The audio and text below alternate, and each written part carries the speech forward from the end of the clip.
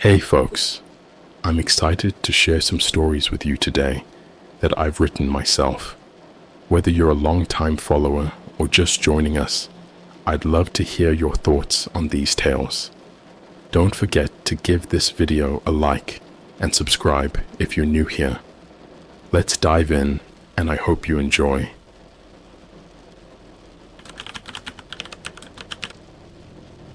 My dad is bounty hunter on the dark web. The last case he got was haunting an evil film star. I never thought my dad's job would get him killed.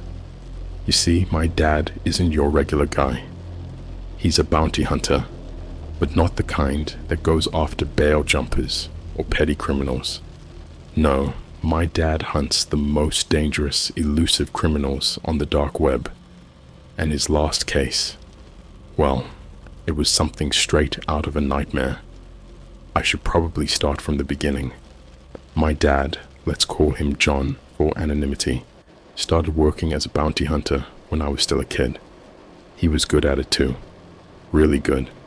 The dark web is a twisted place, full of horrors most people can't even imagine. Human trafficking, illegal weapons, drugs, and worse. My dad saw it all.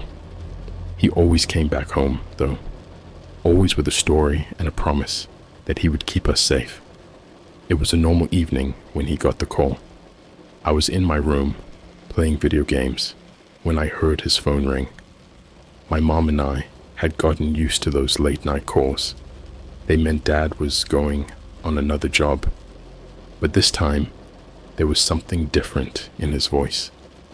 I couldn't hear everything, but the snippets I caught made my blood run cold. Missing for months, gruesome murders, high profile, dark web film star. After he hung up, he sat us down, my mom and I.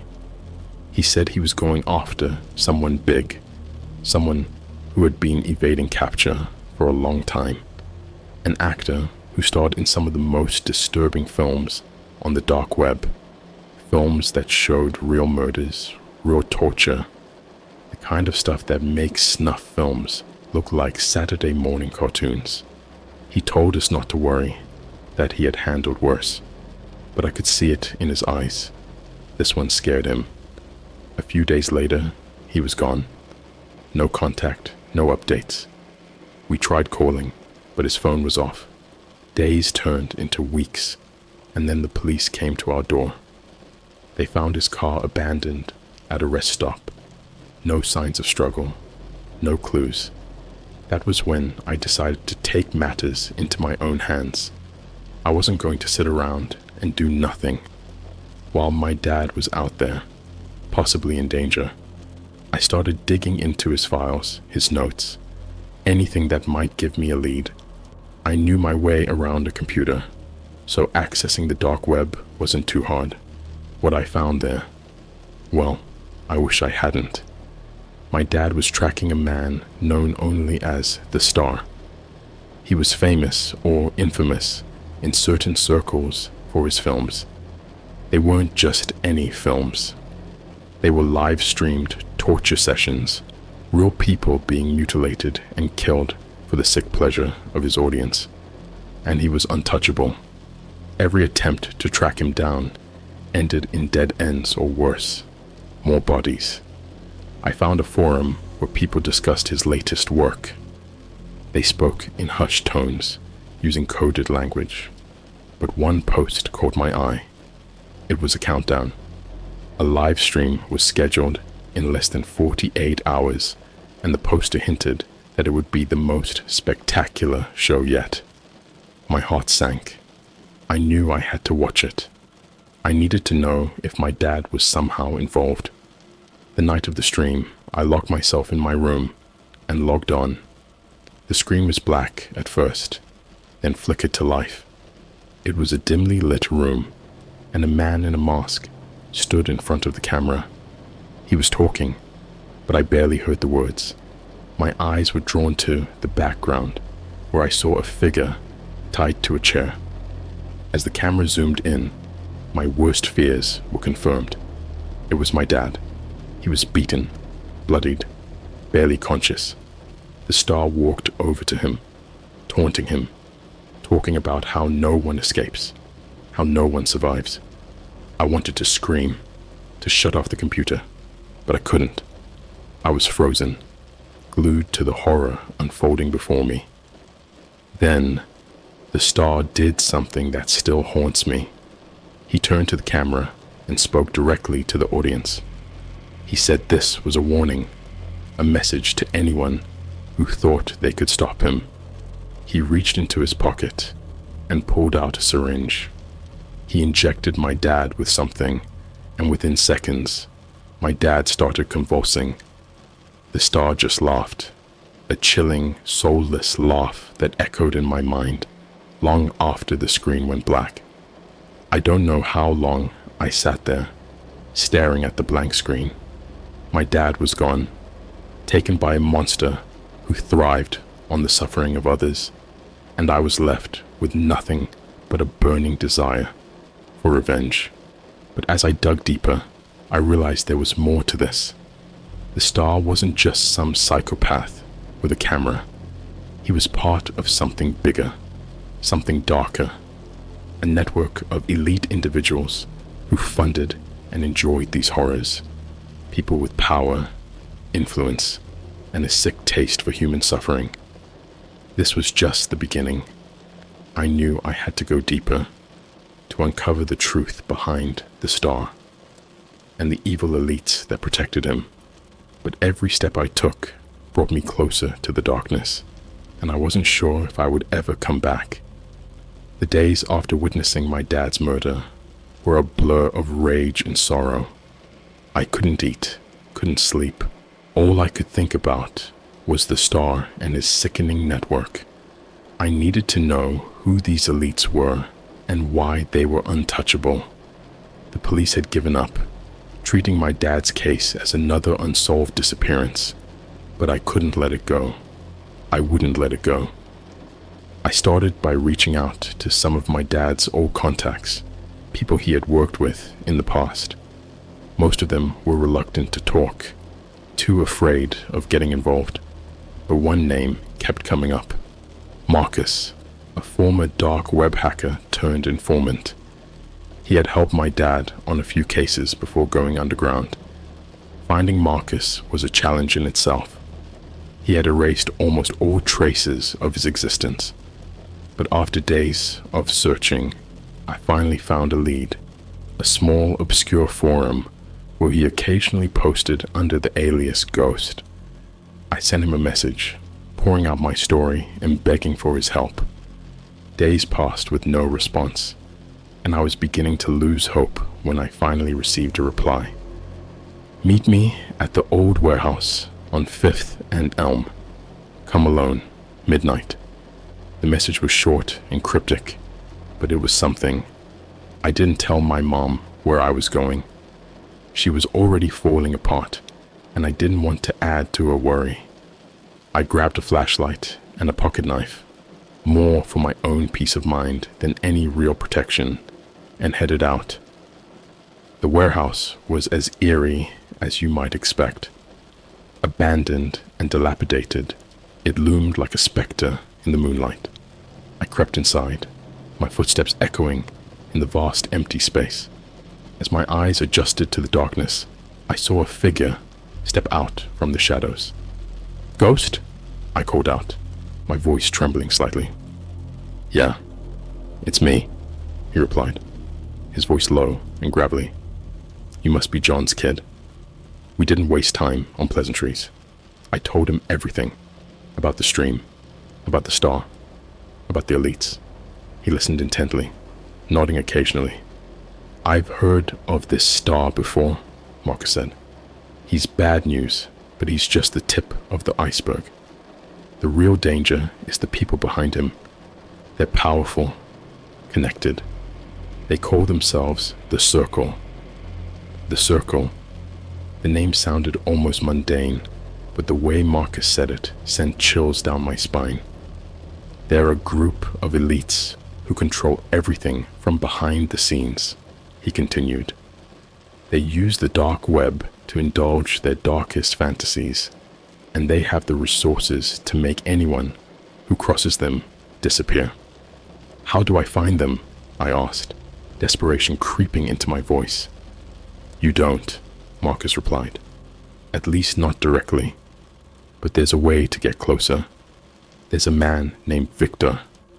He used to be one of them, but he went rogue. If anyone knows how to bring them down, it's him. But be warned, Victor is as dangerous as they come. He handed me a slip of paper with an address on it. This is where he was last seen, but be careful. If the circle finds out you're looking for him, they'll come for you too. I thanked Marcus and left the warehouse, the weight of his words pressing down on me. Victor was my only lead, but I had no idea what I was walking into. I went home, trying to catch some sleep, but the nightmares kept me awake. I saw my dad's lifeless eyes, the star's cruel smile, and the shadowy figures of the circle, watching from the darkness. The next morning, I packed a bag and headed to the address Marcus had given me. It was a run-down apartment building on the edge of town, the kind of place where people minded their own business. I found Victor's apartment and knocked on the door, my heart pounding in my chest. The door creaked open, and a tall, gaunt man with piercing blue eyes stared back at me. He looked like he hadn't slept in days. "What do you want?" he growled.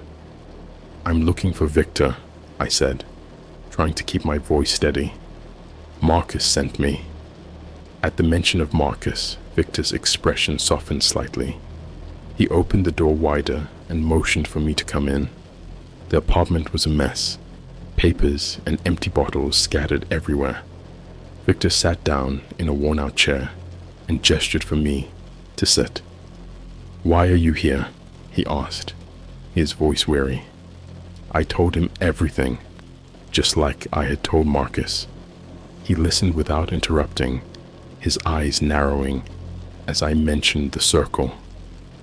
"They're more dangerous than you can imagine," he said when I finished. "I've been running from them for years. If they know you're looking for them, they won't stop until you're dead." "I don't care," I said, my voice firm. "They killed my dad. I need to bring them down."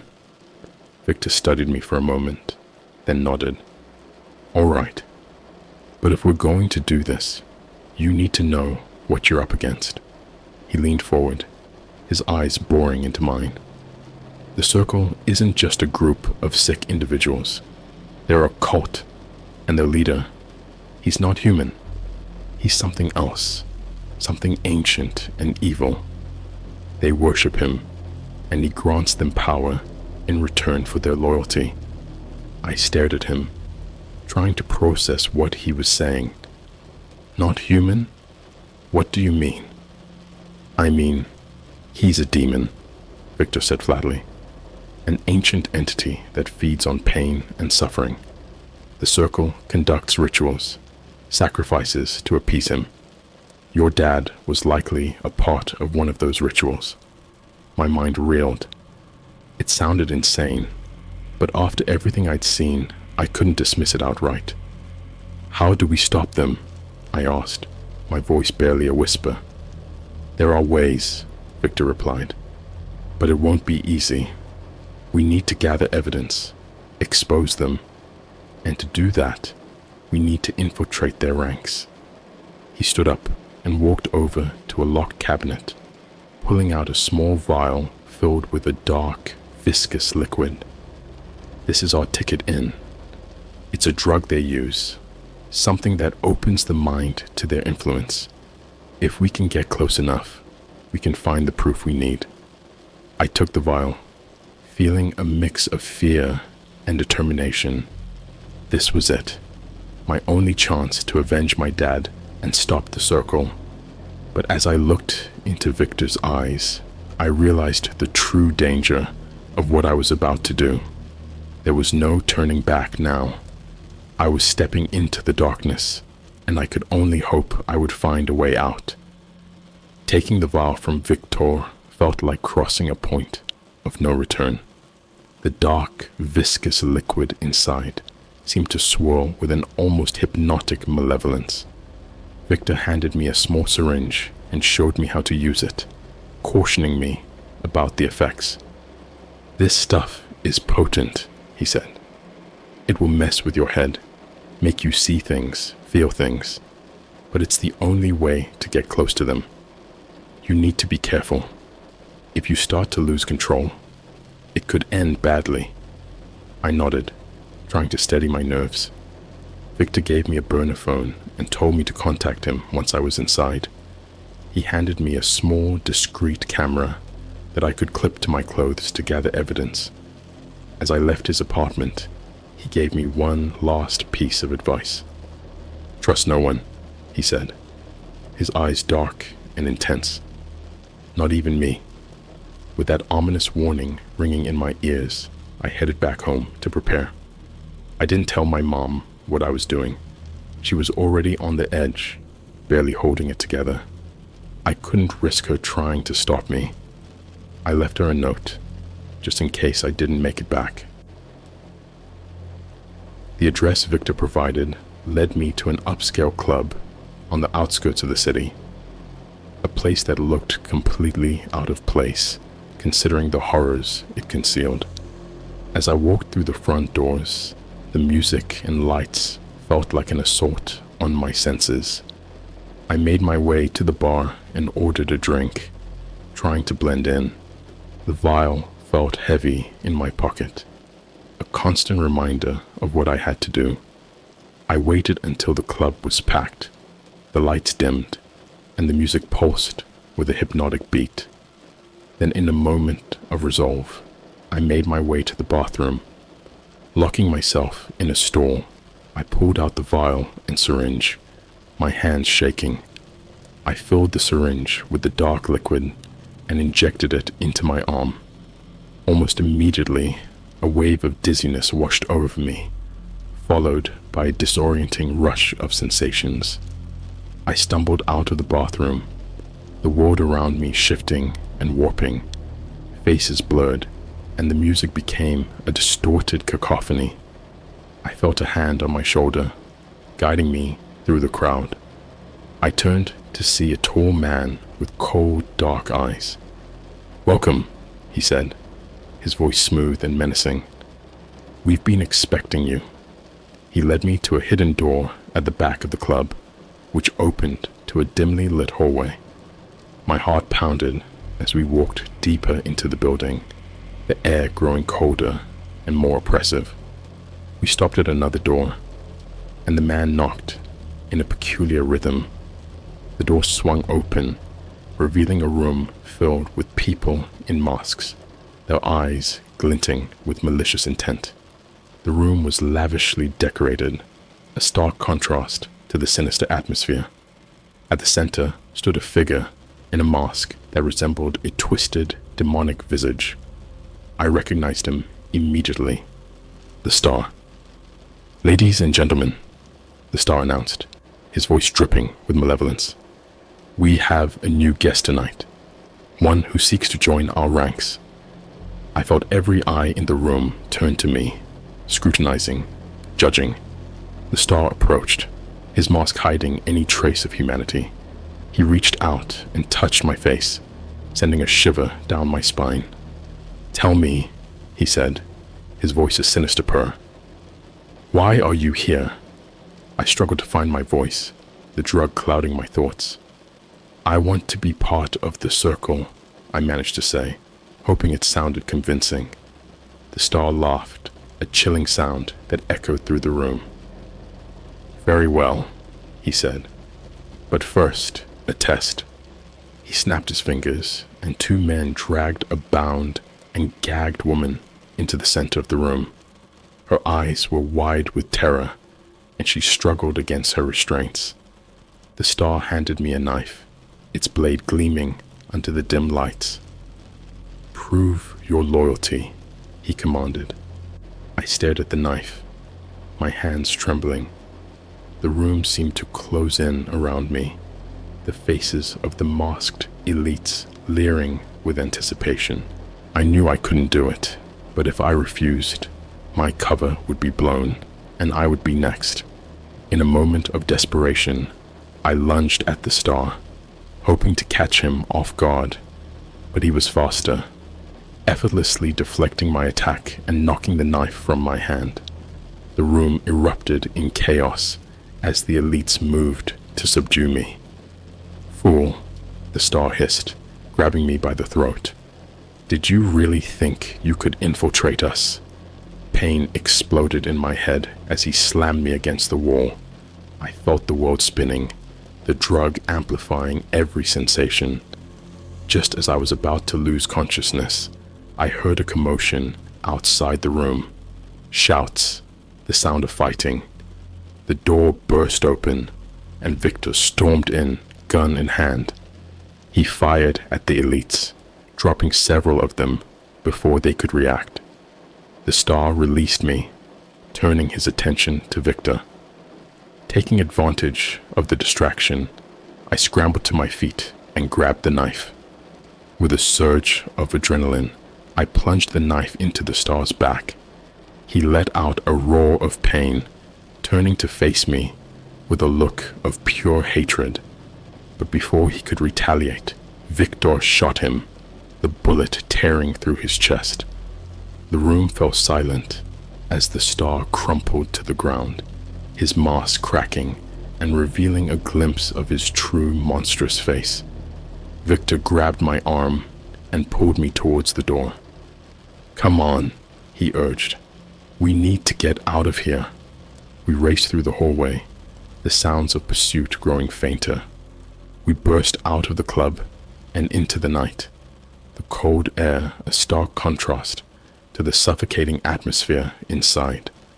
Victor led me to a car parked nearby, and we sped off into the darkness. As we drove, my mind reeled from everything that had happened. The star was dead, but the circle was still out there, more dangerous than ever. Victor glanced at me, his expression grim. "This is far from over," he said. "Killing the star was just the beginning. Now we need to take down the circle." I nodded, my resolve hardening. My dad's death would not be in vain. We would bring the circle to justice, no matter what it took. The car ride felt like an eternity, the weight of what we had just done pressing down on me like a physical force. Victor drove in silence, his eyes fixed on the road. The city lights blurred by, but my mind was far from calm. We had killed the star, but I knew it was only a temporary victory. The circle was still out there, and they would be coming for us. We finally pulled up to a safe house, a dilapidated cabin hidden deep in the woods. Victor had set it up as a fallback point, a place where we could regroup and plan our next move. We entered the cabin, and Victor immediately set to work, securing the doors and windows. He handed me a glass of water, which I gulped down gratefully, trying to steady my nerves. "We have to move quickly," Victor said, his voice tense. "The circle will know something went wrong. They'll be hunting us." "How do we stop them?" I asked, the enormity of the task weighing heavily on me. "We need evidence," Victor replied. "Proof of their crimes that we can expose to the world. They operate in the shadows, but if we can drag them into the light, we can bring them down." He pulled out a laptop and opened a secure connection. "I have contacts who can help," he said.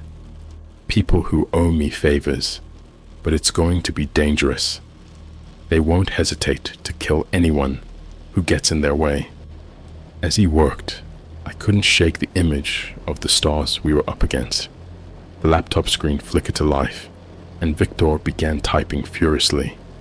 I watched, feeling a mix of fear and determination. We were going to expose the circle, but the cost could be high. "First, we need to find out who the key players are," Victor explained. "We need names, locations, everything. They hide behind layers of anonymity, but everyone leaves a trail.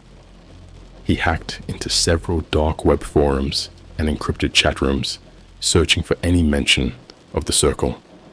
Hours passed, the room filled with the soft clicking of keys and the glow of the laptop screen. Finally, Victor leaned back, a grim smile on his face. "I've got something," he said. "A list of possible members, high-profile names, people in positions of power. This is just the tip of the iceberg, but it's a start." I looked at the screen, recognizing some of the names. Politicians, CEOs, influential figures who seemed untouchable. The realization of just how deep this conspiracy went sent a chill down my spine. "We need more than just names," Victor said.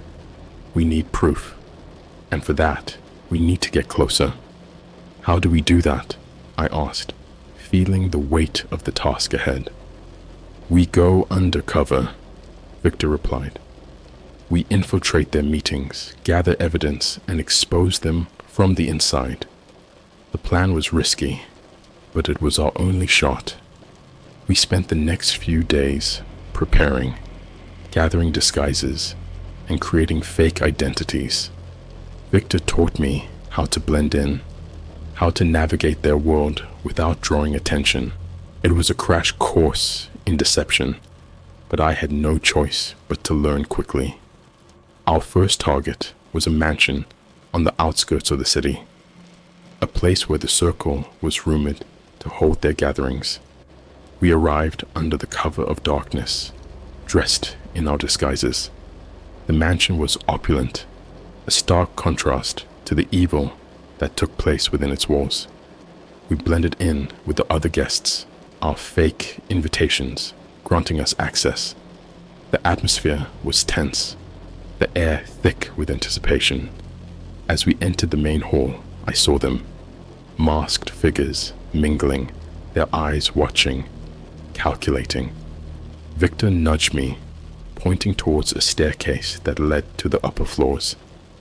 "That's where the real action happens," he whispered. "We need to get up there." We made our way through the crowd, trying to stay inconspicuous. As we reached the staircase, a tall man in a mask blocked our path. "Upstairs is for invited guests only," he said, his voice cold. "We're with the host." Victor lied smoothly, producing a forged invitation. The man scrutinized it for a moment before stepping aside. My heart pounded as we ascended the stairs, every step bringing us closer to the heart of the circle's operations. The upper floors were even more luxurious, filled with priceless art and lavish decor. We moved quietly, searching for any signs of the gathering. Finally, we heard voices coming from a room at the end of the hall.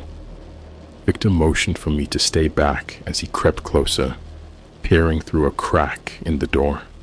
He turned to me, his expression grim. "They're in there," he whispered, discussing their next move. "We need to record this." I pulled out the small camera Victor had given me and positioned it near the door. The conversation inside was chilling, the members of the circle discussing their plans with cold, calculated precision. They talked about new targets, about spreading their influence even further, and then they mentioned my dad. "He thought he could stop us," one of them said, a cruel laugh in his voice. "But he was just the beginning. There will be more like him, but we'll deal with them too." I clenched my fists, rage boiling inside me. They spoke about my dad's death as if it were nothing, just another obstacle in their path. I wanted to burst into the room, to confront them, but I knew that would be suicide. We needed to stay focused, to gather the evidence, and get out. As the meeting continued, Victor and I exchanged a look. We had what we needed. Carefully, we retrieved the camera and made our way back downstairs. My heart raced as we approached the exit.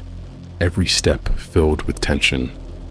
Just as we were about to leave, a voice called out, "Leaving so soon?" I turned to see a man in a mask standing behind us, his eyes cold and calculating. He reached for his pocket, and in that moment, I knew we were caught. Before I could react, Victor moved. He tackled the man, knocking him to the ground. "Run!" he shouted. I sprinted for the door, my heart pounding. I heard the sounds of struggle behind me, but couldn't stop. Bursting out into the night, I raced towards our car. Moments later, Victor joined me, blood dripping from a cut on his forehead. "Go!" he yelled, and I floored the gas pedal, speeding away from the mansion. As we drove, the adrenaline began to fade, replaced by a cold, hard determination. We had the evidence, but now we needed to use it. The circle would stop at nothing to silence us, but we wouldn't back down. My dad's death demanded justice, and we were the only ones who could bring it. Victor looked at me, his expression resolute. We need to get this footage to someone who can help us, someone who can take the circle down. I nodded, gripping the steering wheel tightly. Who do we trust? He thought for a moment. There's a journalist I know. She's been investigating corruption for years. If anyone can help us, it's her. We drove through the night, the road stretching out before us like a lifeline. We were stepping into the light, ready to expose the darkness, but deep down, I knew this was only the beginning of our fight. The circle was powerful, and they would come for us, but we had something they didn't: truth. And with that, we would bring them down, no matter the cost. We drove through the night, the tension in the car thick as fog. Victor had given me the name and address of the journalist, Sarah Thompson, an investigative reporter known for exposing high-level corruption. If anyone could bring the circle to justice, it was her. As dawn broke, we pulled up to her modest home, nerves frayed from the night's events. Sarah greeted us at the door, her sharp eyes quickly assessing our disheveled appearance. She ushered us inside, her home a sanctuary of organized chaos with stacks of papers and files everywhere. Over a hastily made pot of coffee, we explained our story, laying out the horrors we had uncovered and the evidence we had gathered. Sarah watched the footage in silence, her face growing grimmer by the second. When it was over, she looked up, her eyes filled with determination. "This is huge," she said, "but getting this out there won't be easy. The circle has its claws in every major institution. They'll do anything to keep this buried." "We're ready for that," Victor replied. "We just need your help to get this to the right people." Sarah nodded. "I have contacts who can help. We need to move quickly and carefully. We'll use encrypted channels, off-the-grid meetups. It'll take time, but we'll get this out." For the next few days, we stayed at Sarah's place, laying low while she coordinated with her network. The tension was unbearable, each hour stretching longer than the last.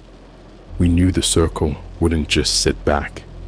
They'd come for us, and soon.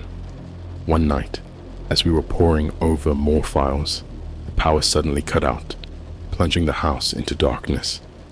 Victor and I exchanged a glance, our instincts kicking in. "They're here," he whispered. We grabbed our weapons, Victor his gun, me the pocket knife I had carried since the beginning. Moving silently through the house, we tried to anticipate where they would strike first. The front door burst open with a crash, shadowy figures flooding in. Gunshots rang out, the muzzle flashes briefly illuminating the chaos. Victor took down 2 of the intruders, but more kept coming. I fought with everything I had, the desperation giving me strength. The next few moments were a blur of violence and noise. Somehow, amid the chaos, I found myself face to face with one of them, a tall man with cold, empty eyes. He lunged at me, and I barely managed to deflect his attack, plunging my knife into his side. He crumpled, but I knew we were far from safe. Victor yelled for me to run, covering me as I made a break for the back door. Outside, the cool night air hit me like a shock. I sprinted through the yard, Victor close behind. We could hear the shouts and footsteps of more pursuers. Sarah, emerging from the shadows, signaled us towards a narrow alleyway. "This way," she hissed. We followed her through a labyrinth of back streets, our pursuers close on our heels. Finally, we reached an abandoned warehouse where Sarah had arranged a rendezvous with her contacts. As we slipped inside, the heavy door slammed shut behind us, the sound echoing in the empty space. Inside, a group of stern-faced men and women awaited us, Sarah's contacts. They quickly ushered us into a secure room, locking the door behind us. "You're safe here for now," one of them said. "We've got people working on getting this story out. It's only a matter of time." As the adrenaline began to fade, exhaustion hit me like a freight train. Victor and I collapsed onto the makeshift cots they had provided, barely able to keep our eyes open. Sarah sat with us, her presence a reassuring reminder that we weren't alone in this fight. Days turned into weeks as we remained in hiding, the network of journalists and activists working tirelessly to disseminate the information. The footage and documents we had gathered began to surface online, on independent news sites and social media. The circle tried to suppress it, but the truth was out, spreading like wildfire. The public outcry was immediate and intense. Protests erupted, demanding justice and transparency. Governments and law enforcement agencies were forced to act, launching investigations and raids. The circle's members were exposed, their names and crimes laid bare for the world to see. Amid the chaos, I found a moment of solace. We had done it. We had exposed the darkness that had taken my dad and so many others. It wasn't over. There would be trials, battles in court, and the constant threat of retaliation. But for the first time, I felt a glimmer of hope. Victor and I stayed in touch with Sarah, continuing to support the efforts to dismantle the circle. It was a long, arduous process, but each victory felt like a step towards redemption. One evening, as the sun set over the city, Victor and I stood on a rooftop, watching the lights flicker on below. "We did it," I said quietly. He nodded, a rare smile crossing his face. "Yeah, we did." The road ahead was uncertain, but we had faced the darkness and come out the other side. My dad's death had not been in vain. We had fought back against the evil that lurked in the shadows, and though the scars would remain, we had made a difference. And as long as there were people willing to stand up against the darkness, there would always be hope.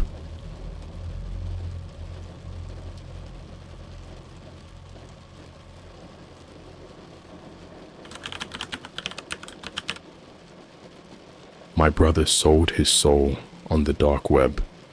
I believe he made it successfully. I don't even know where to start with this.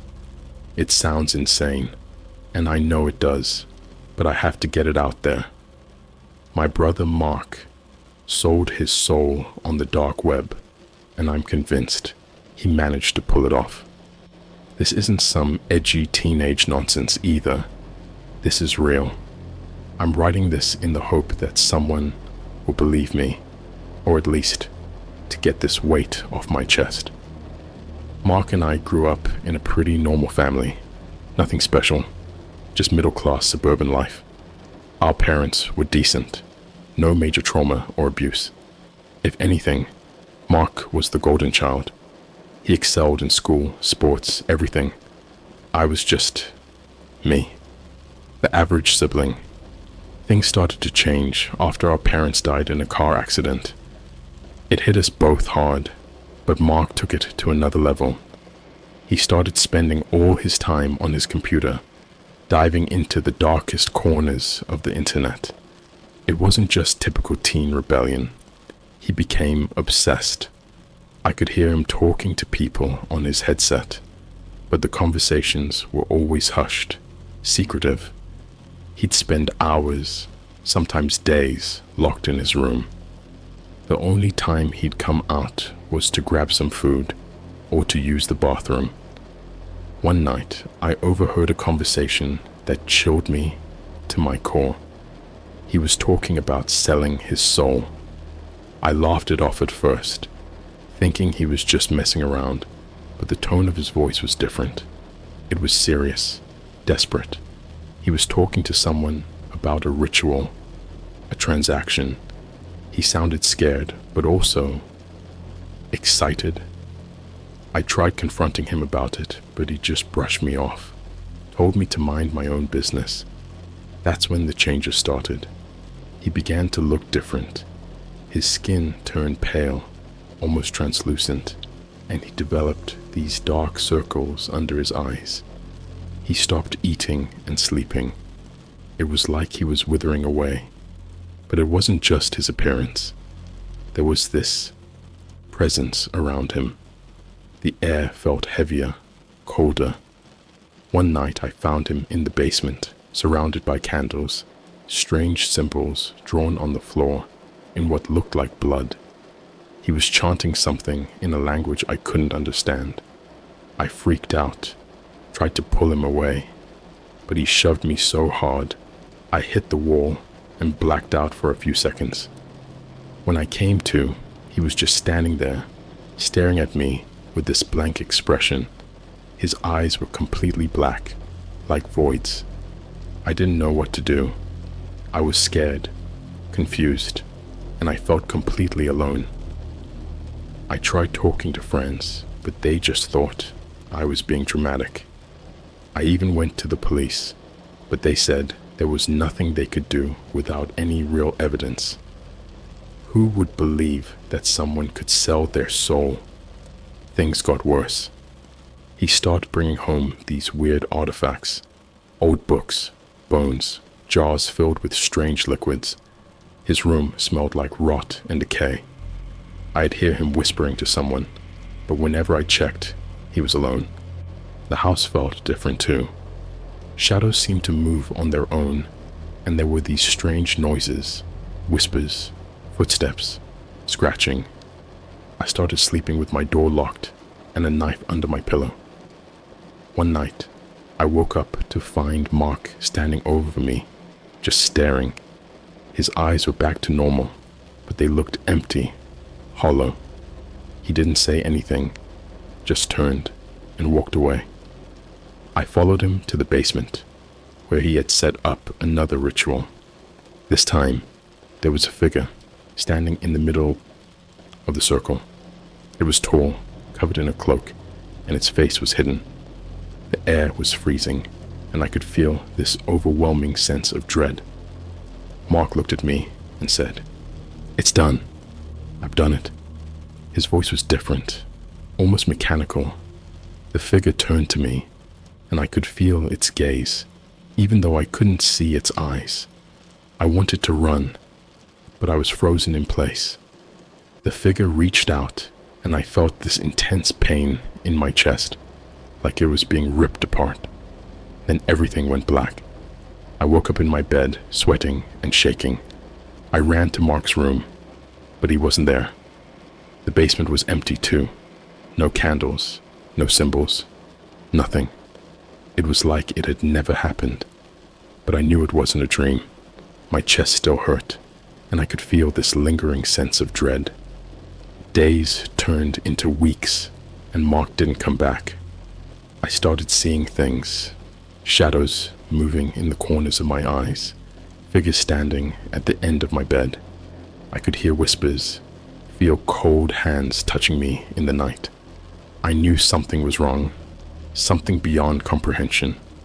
I tried reaching out for help, but everyone thought I was losing my mind. I found Mark's laptop and started going through it, hoping to find some answers. What I found was worse than I could have ever imagined.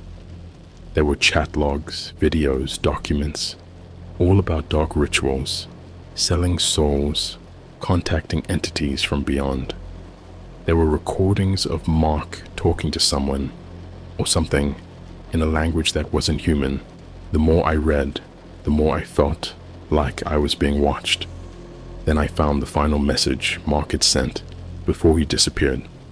It was to someone called the Collector. It simply said, "It's done. My soul is yours. Now, give me what I seek." The response was immediate. "Welcome to the other side." Since then, things have only gotten worse. I hear Mark's voice sometimes, calling out to me, telling me to join him. The shadows are getting bolder, and the whispers are louder. I don't know how much longer I can hold on. I'm writing this in the hope that someone out there will believe me, that someone can help. If you're reading this, be careful. The dark web is not a joke. There are things out there, things that can't be explained or understood. And if you're not careful, you might find yourself in the same position as my brother, or worse. I don't know where he is or what's happened to him, but I do know one thing. He sold his soul, and I'm afraid he got exactly what he wanted. After discovering Mark's final message to the Collector, I spiraled. My life was already falling apart, but this pushed me over the edge. I couldn't sleep, couldn't eat. I felt like I was constantly being watched. Every shadow seemed to move with intent. Every whisper seemed to carry a message meant just for me. I knew I needed help, but where do you go when the problem is beyond the natural world? I started researching everything I could about the dark web, demonic rituals, soul transactions. The more I read, the more hopeless I felt. There were stories, accounts from people who had supposedly encountered similar things. Most of them ended badly. People went missing, or worse, turned up dead in horrific ways. Some claimed they saw their loved ones again, but they were changed, twisted into something monstrous. I reached out to a few online forums, places where people discussed paranormal and supernatural occurrences. Most of the replies were jokes, people calling me crazy, but one person, username SoulSeeker42, took me seriously. They said they had experienced something similar and offered to help. I was desperate, so I agreed to meet them. We met at a rundown coffee shop on the outskirts of town. SoulSeeker42 turned out to be a woman named Sarah. She looked tired, like she hadn't slept in days, but there was a determination in her eyes. She listened to my story without interrupting, nodding occasionally. "You're not alone," she said when I finished. "What you're dealing with is real, and it's dangerous. The dark web is a gateway, a place where entities can be contacted and deals can be made. Your brother made a deal, and now you're caught in the fallout." "What can I do?" I asked, feeling a glimmer of hope for the first time in weeks. "We need to find out exactly what he did and who he contacted. There's a way to reverse these deals, but it's risky. It involves going deeper into the dark web, contacting the same entities, and negotiating a way out." The thought of diving deeper into that abyss terrified me, but I had no choice. I had to save my brother and myself. Sarah and I spent the next few days preparing. She showed me how to access the hidden parts of the internet safely, how to navigate without attracting unwanted attention. We gathered supplies, candles, protective symbols, and a book of ancient rituals. One night, we were ready. We set up in my basement, the same place where I had found Mark performing his rituals. The air was thick with tension and fear. We drew the symbols on the floor, lit the candles, and began the chant. Sarah's voice was steady, confident, but mine shook with every word. As we chanted, the room grew colder. The shadows seemed to come alive, writhing and twisting around us. I could feel a presence, something ancient and malevolent. The candles flickered, and the room was plunged into darkness. When the light returned, we were no longer alone. A figure stood in the middle of the circle, shrouded in darkness. Its eyes glowed with an unnatural light, and its voice echoed in my mind. "You dare to summon me?" it hissed. "What is it you seek?" "We seek to undo a deal," Sarah said firmly. "A soul was sold, and we want it back." The figure laughed, a sound that sent chills down my spine. "A soul sold cannot be reclaimed easily. What will you offer in return?" Sarah looked at me, her expression determined. "We offer ourselves. We will take his place." I stared at her in shock. This wasn't part of the plan, but before I could protest, the figure spoke again. "Very well. If you succeed in the trials, the soul will be returned, but fail, and you will be mine forever." With that, the figure vanished, leaving us in darkness once more.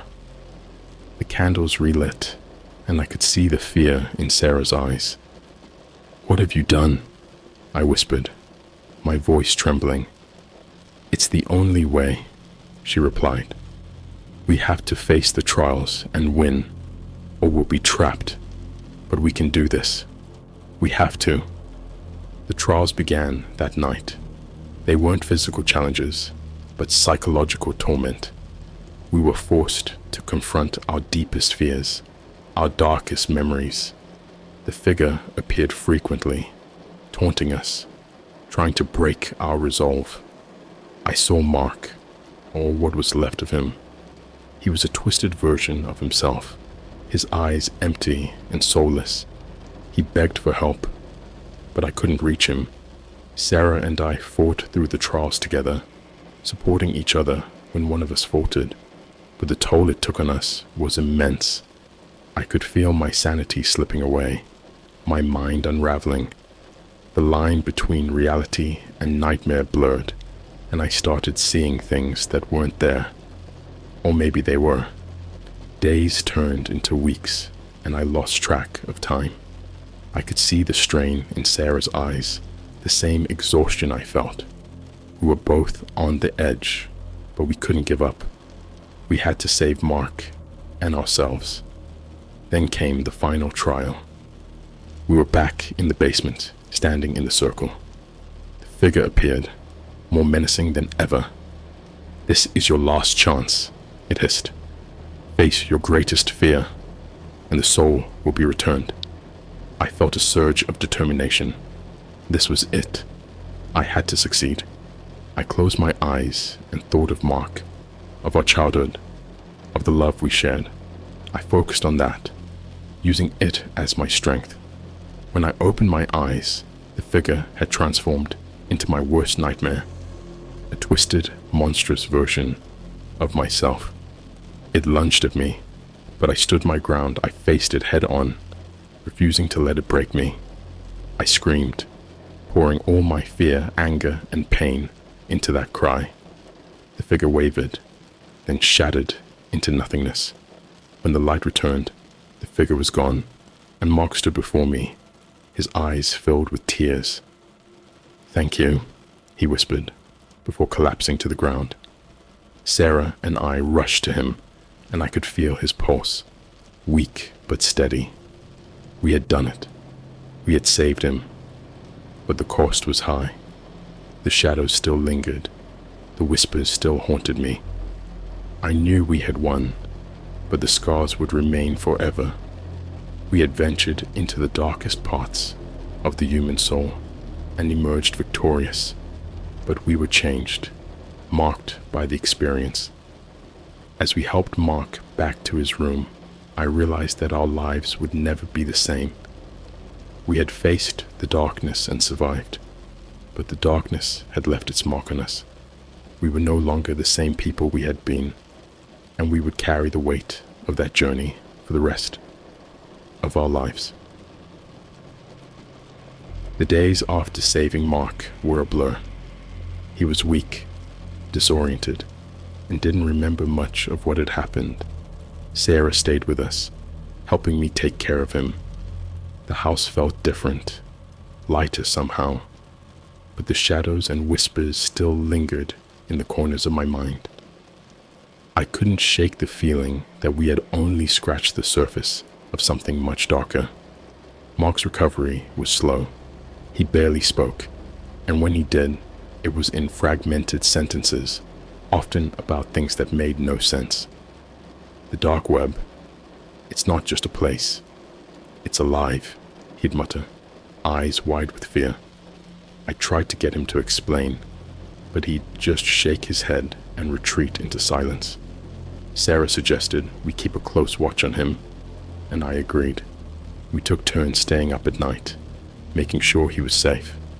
I noticed he'd wake up screaming, drenched in sweat, but he couldn't remember his nightmares. I had my own to contend with, vivid, horrifying dreams that left me gasping for breath.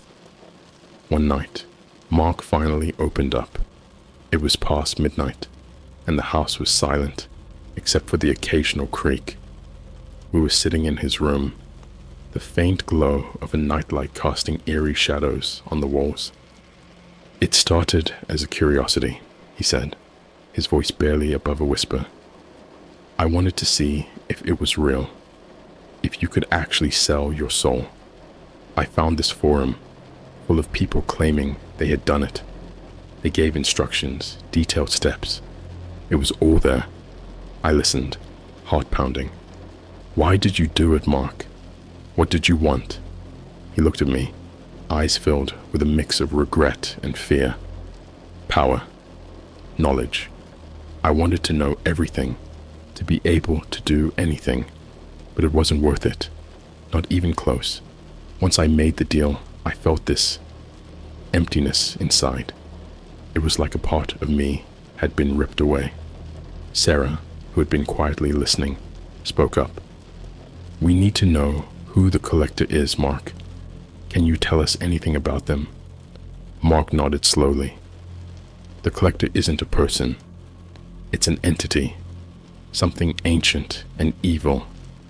It thrives on souls, collecting them like trophies. Once you're in its grasp, it's nearly impossible to escape." A chill ran down my spine. "What do we do now? How do we protect ourselves?" "There are ways," Mark replied, his voice trembling. "But they're not easy. We need to cleanse this house, protect it with wards and symbols, and we have to be vigilant. The collector doesn't give up easily." Over the next few days, we did everything we could to protect ourselves. Sarah and I researched protection rituals, gathering ingredients and drawing symbols throughout the house. We created talismans to wear, hoping they would ward off any further attacks, but it wasn't enough. One evening, as we were finishing up another ritual, the air grew heavy and cold. The candles flickered, and the shadows seemed to thicken. A low, guttural growl echoed through the house, sending shivers down my spine. "It's here," Mark whispered, his face pale. We gathered in the living room, forming a protective circle. Sarah led the chant, her voice strong and steady. Mark and I joined in, our voices trembling. The air crackled with energy, and I could feel the presence of the collector, watching, waiting. The growling grew louder, more menacing. The shadows moved, coalescing into a dark figure in the center of the room. It was tall, cloaked in darkness, its eyes glowing with an eerie light. The temperature dropped, and I could see my breath in the air. "You think you can escape me?" the collector hissed, its voice echoing in my mind. "You are mine, and you will always be mine." I felt a wave of terror wash over me, but I held my ground. "We're not afraid of you," I said, my voice stronger than I felt. "You can't have us." The collector laughed, a sound that chilled me to the bone. "Brave words, but empty. You have meddled in forces beyond your understanding, and now you will pay the price." The room shook, and the candles went out, plunging us into darkness. I could feel the presence closing in, suffocating me. Sarah's voice broke through the fear, chanting louder, stronger. Mark and I joined in, our voices rising in defiance. The darkness swirled around us, pressing in, trying to break our circle. I could feel it probing, searching for a weakness. My mind was filled with horrific images, memories twisted into nightmares. I fought to keep my focus, to stay strong.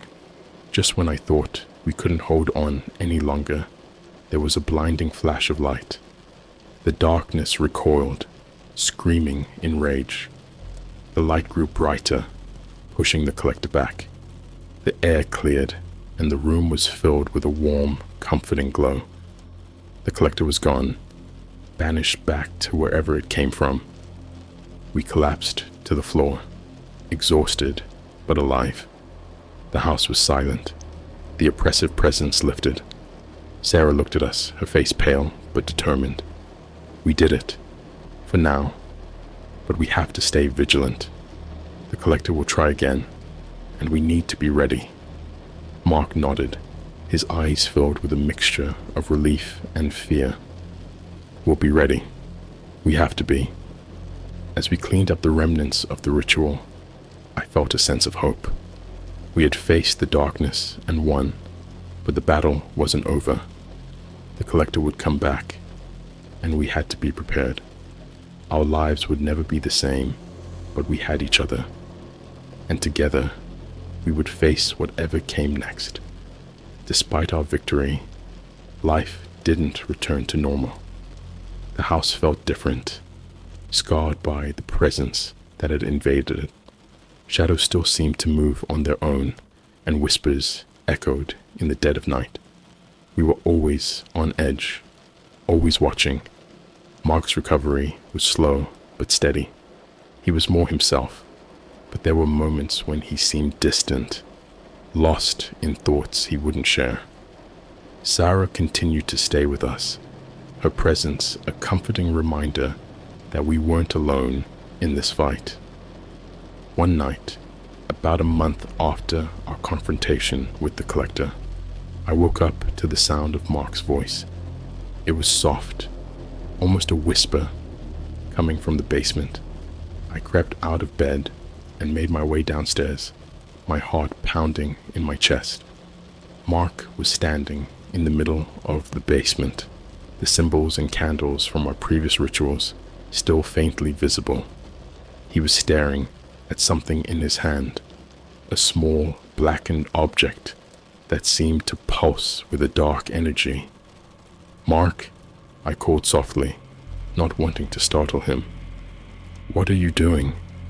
He turned to me, his eyes wide and filled with a mix of fear and determination. "I found this," he said, holding up the object. "It's a fragment of the deal I made. If I destroy it, maybe we can end this for good." I took a step closer, the air around us growing colder. "Are you sure? What if it makes things worse?" "We have to try," he replied, his voice firm. "I can't keep living like this, and neither can you. We need to end this once and for all." Sarah appeared at the top of the stairs, drawn by our voices. She took one look at the object in Mark's hand and paled. "That's dangerous," she said. "Destroying it might sever the connection, but it could also unleash something worse. We don't have a choice, Mark insisted. If we don't try, the collector will keep coming back. We have to end this. We prepared for the ritual, gathering our supplies and drawing new symbols on the floor. The atmosphere was tense, the air thick with anticipation and fear. Mark placed the object in the center of the circle, and we began to chant. The air grew colder, the shadows deeper. The object pulsed with a dark light, and I could feel the presence of the collector, watching, waiting. Our voices rose, the chant growing louder, more desperate. Suddenly, the room shook, and the object cracked. A scream echoed through the basement, a sound so chilling it froze my blood. The darkness swirled around us, and I could feel the collector's rage, its malevolent presence closing in. "You dare defy me?" it hissed, its voice echoing in my mind. "You think you can escape?" The object shattered, and the darkness recoiled, screaming in fury. The air cleared, and the oppressive presence lifted. We collapsed to the floor, exhausted but victorious. For a moment, there was silence. Then Mark spoke, his voice weak but filled with relief. "It's over. We did it." But as we helped him up, I noticed something. The shadows in the corners of the room weren't retreating. They were growing, taking shape. I felt a chill run down my spine as a familiar figure emerged from the darkness. The collector stood before us, more terrifying than ever. Its eyes burned with an unholy light, and its voice dripped with malice. "You think you can destroy me so easily? You are mine, and you will always be mine." We backed away, fear gripping our hearts. The collector advanced, its form shifting and twisting. "You have meddled in forces beyond your understanding, and now you will pay the price." I felt a surge of desperation. "We won! We destroyed the object." The collector laughed, a sound that sent shivers down my spine. "Foolish mortals. The object was a fragment, a mere piece of my power. You have only angered me, and now you will suffer the consequences." The room grew colder, the darkness closing in. I could feel its malevolent presence, suffocating us. Sarah and I grabbed Mark, trying to pull him away, but the collector was relentless. "We need to get out of here," Sarah shouted, her voice filled with panic. "We can't fight it like this." We stumbled up the stairs, the collector's laughter echoing behind us. The house seemed to twist and warp, the walls closing in. I could feel its presence everywhere, suffocating us with its malevolent energy. We made it to the living room, but the shadows were already there, waiting. The collector appeared before us, its eyes burning with rage. "You cannot escape me," it hissed. "Your souls are mine." I felt a surge of determination. "We won't give up," I said, my voice shaking but firm. "We will find a way to stop you." The collector's eyes narrowed. "Very well. Let the game continue. But know this, you will never be free of me. I will haunt you until the end of your days."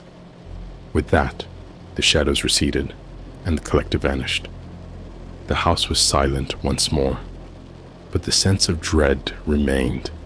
We were alive, but the battle was far from over.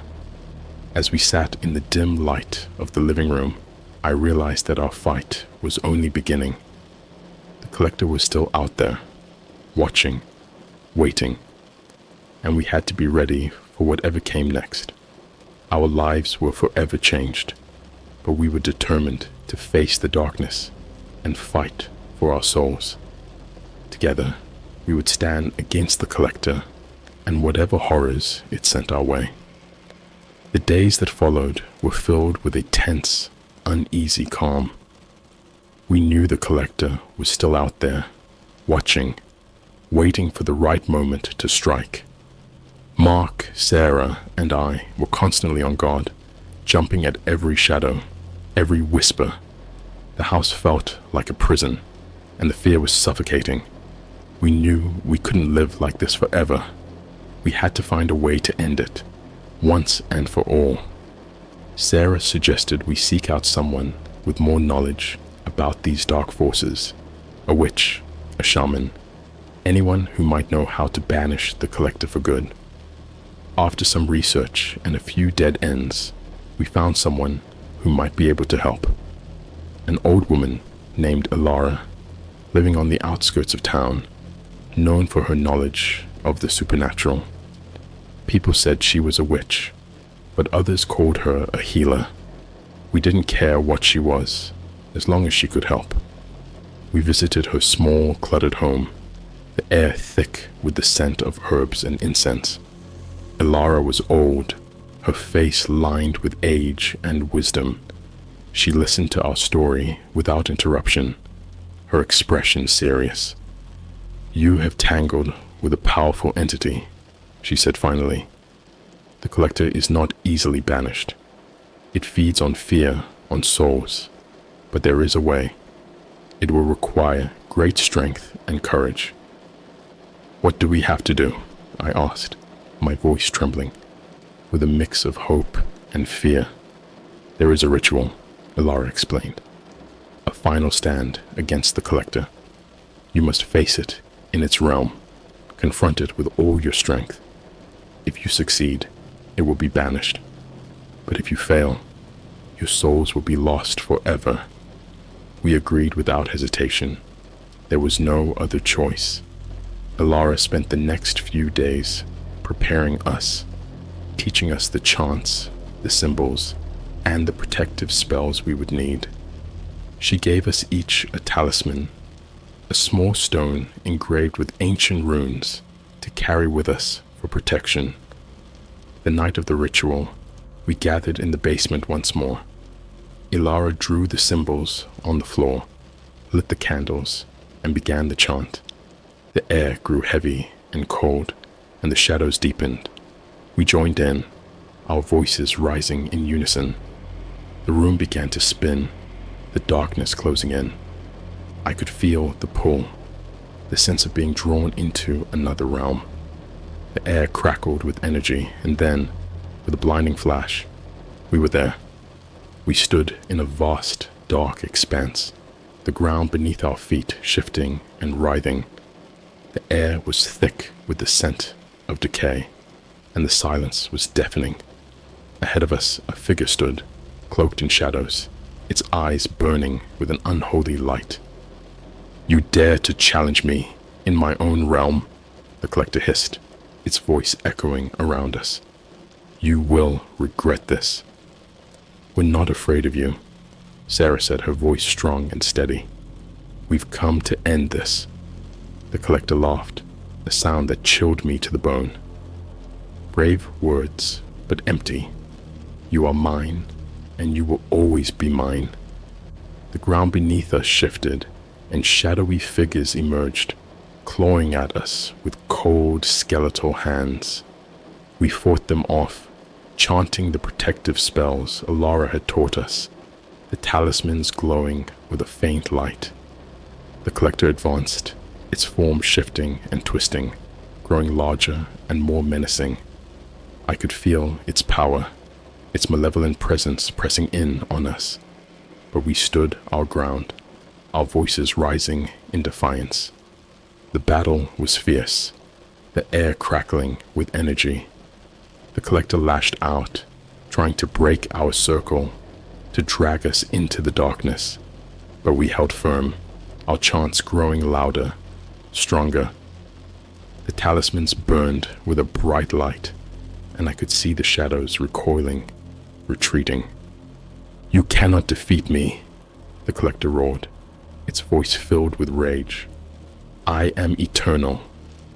"We can and we will," Mark shouted, his voice filled with determination. "We are stronger than you think." With a final deafening roar, the collector lunged at us, but we stood our ground.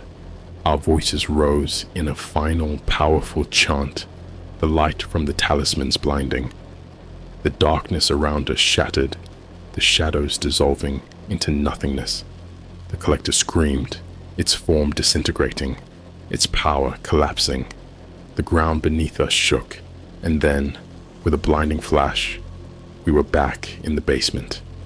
The air was clear, the oppressive presence gone. We were exhausted, but we were alive. We had done it. We had banished the collector. Alara smiled, her eyes filled with pride. You did it, she said softly. You faced the darkness and won. We hugged each other, tears of relief and joy streaming down our faces. The battle was over, but the scars would remain. We had faced our greatest fear and emerged victorious, but we would never forget the darkness we had encountered. Life slowly returned to normal. The shadows no longer moved on their own. The whispers were gone. Mark began to heal, his strength returning day by day. Sarah stayed with us for a while, helping us adjust, but eventually she returned to her own life. We would never forget what we had been through, but we knew we had each other. Together, we had faced the darkness and won, and together, we would face whatever came next. Our lives were forever changed, but we were stronger for it. We had faced the unimaginable and survived, and we knew, no matter what, we would never let the darkness take us again.